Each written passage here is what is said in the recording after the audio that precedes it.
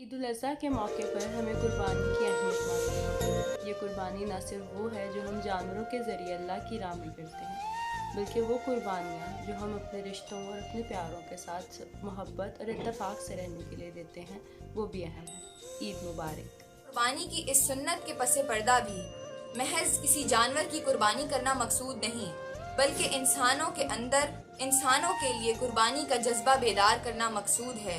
क्या खूबसूरत हमारा दीन इस्लाम है।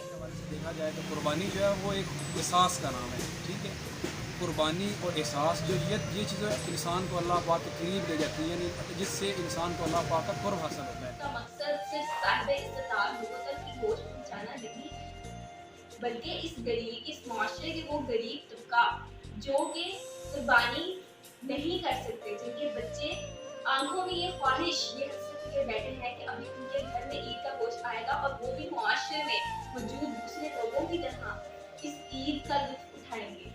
मैं हूं मोहम्मद अब्दुल्ला, शऊर वेलफेयर फाउंडेशन का वॉलंटियर। हम दरिया सिंध के किनारे पर गरीबों, यतीमों, बेवाओं और मस्कीनों के लिए बहाली के लिए काम करते हैं। पिछले साल हमने आपकी मदद से यतीमों, बेवाओं, मस्कीनों, गरीब लोगों में ईद के लिए खुशी का समाव पैदा किया था इज्तिमाई कुर्बानी का। इस साल भी इज्तिमाई कुर्बानी के लिए आपके ताउन की ज़रूरत है। गरीबों, बेवाओं, यतीमों, मस्कीनों की खुशी के लिए आप शऊर का साथ दीजिए, इज्तिमाई कुर्बानी में अपना भरपूर हिस्सा डालिए। आपके ताउन का बहुत शुक्रिया। जज़ाकल्लाह। ईद कुर्बान, आइए शऊर वॉलंटियर्स के साथ अहद करें कि हम अपने लम्हात को कीमती बनाएंगे।